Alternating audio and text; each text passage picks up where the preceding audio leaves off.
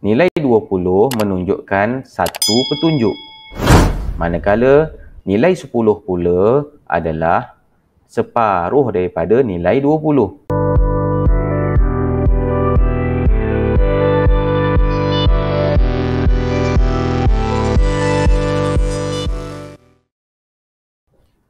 Assalamualaikum warahmatullahi taala wabarakatuh. Hai, apa khabar semua? Hari ini cikgu akan berkongsikan tentang tajuk yang seterusnya, iaitu macam mana kita nak tafsir piktograf dan carta palang dalam tajuk pengurusan data matematik tahun 4. Untuk tajuk ini, anda boleh merujuk buku teks muka surat 236. Mari kita lihat slide yang seterusnya. Rajah menunjukkan satu piktograf dalam keadaan mencancang. Jika anda dapat maklumat seperti ini, pastikan anda melihat kepada petunjuk yang berada di bawah, iaitu satu bentuk segitiga mewakili 20 orang murid. Di sini ada seorang murid perempuan, kira bilangan murid yang berbasikal untuk setiap tahun. Kita lihat kepada tahun 3 terlebih dahulu, terdapat 4 petunjuk yang berada di dalam jadual tahun 3. Seperti mana petunjuk yang diberikan, satu segitiga mewakili 20 orang murid. Kita tuliskan nilai 20, 20, 20 dan 20. Seterusnya kita lihat kepada murid tahun 4. Murid ini mempunyai 3 petunjuk, iaitu 20, 20 dan 20.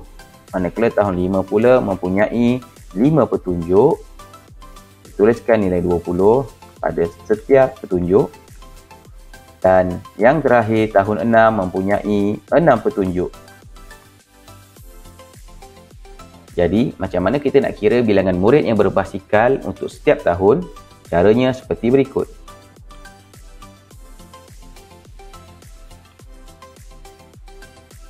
Baiklah, kita perlu kira tahun demi tahun. Tahun 3 mempunyai 4 kumpulan 20-20. Jadi jawapannya ialah 80.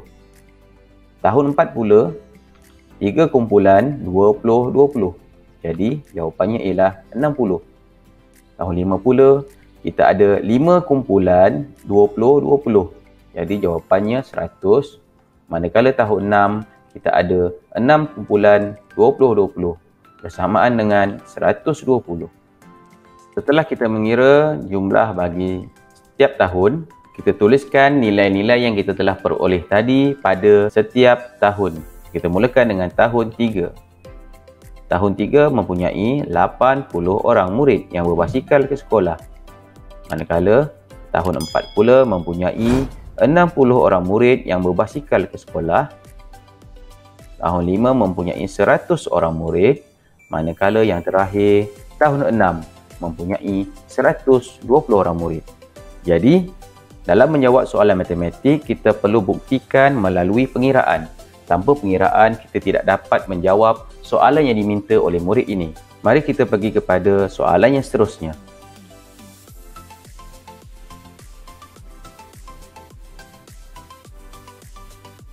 Dalam mentafsir data yang diberikan, terdapat beberapa soalan yang mungkin ditanya kepada kita, iaitu soalan yang pertama, berapakah jumlah murid tahun 3 yang berbasikal ke sekolah?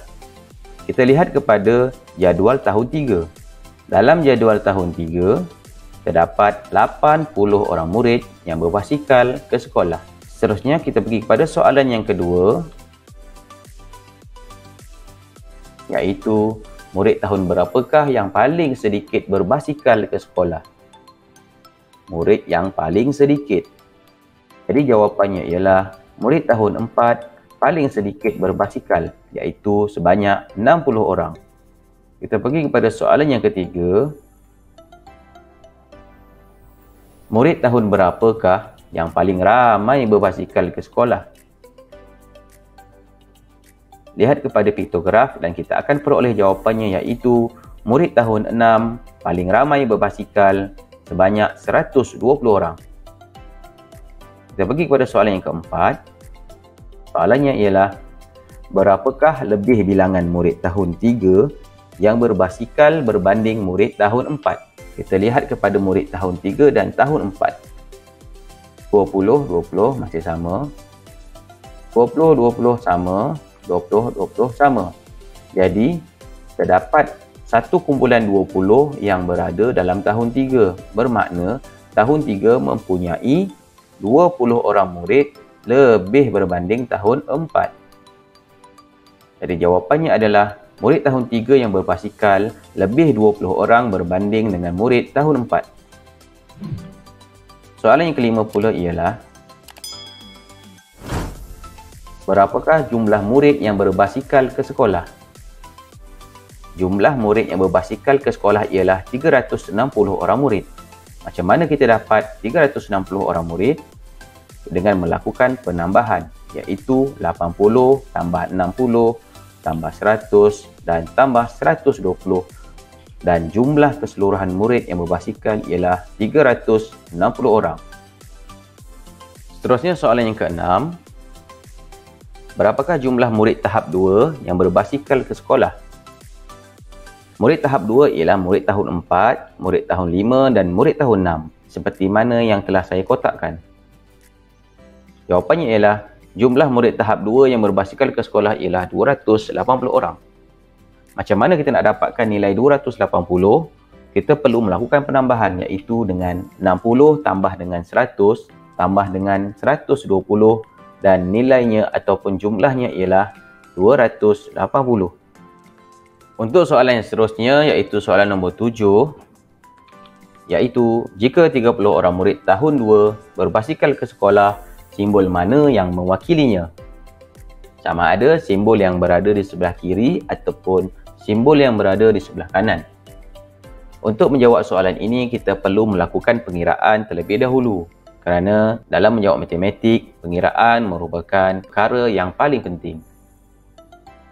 Jadi, dengan menggunakan maklumat yang diberikan, iaitu 30 orang murid dan juga petunjuk yang kita ada, dengan menggunakan tahap pemikiran anda, nilai 30 boleh kita pecahkan kepada 20 tambah 10. Nilai 20 menunjukkan satu petunjuk. Manakala nilai 10 pula adalah separuh daripada nilai 20. Kita lukiskan petunjuk separuh seperti berikut. Kita telah pun dapat jawapannya. Maka jawapan bagi soalan nombor 7 ialah yang berada di sebelah kanan. Ya, inilah jawapannya.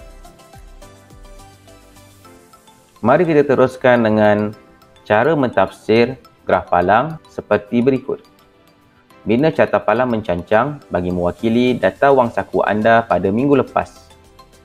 Pastikan anda mempunyai elemen-elemen penting dalam membina carta palang seperti mana yang telah ditunjukkan. Kita lukiskan carta palangnya. Pada hari Khamis, nilai wang saku Santi ialah sebanyak RM3. Manakala pada hari Rabu pula, wang saku Santi ialah RM6. Hari Selasa, RM5. Hari Isnin, RM3. Dan hari Ahad, RM4. Soalan yang pertama, berapakah wang saku yang diterima oleh Santi pada hari Ahad? Mari kita lihat palang hari Ahad. Ya, di situ. Palang hari Ahad menunjukkan Santi menerima wang saku sebanyak RM4 pada hari Ahad. Manakala soalan yang kedua pula ialah, pada hari apakah Santi menerima wang saku paling banyak? Sudah semestilah palang yang paling tinggi. Jadi, palang yang paling tinggi adalah pada hari Rabu. Pada hari Rabu, Santi menerima wang saku paling banyak iaitu RM6. Soalan yang ketiga, pada hari apakah Santi menerima jumlah wang saku yang sama? Jadi, berdasarkan kepada carta palang ini,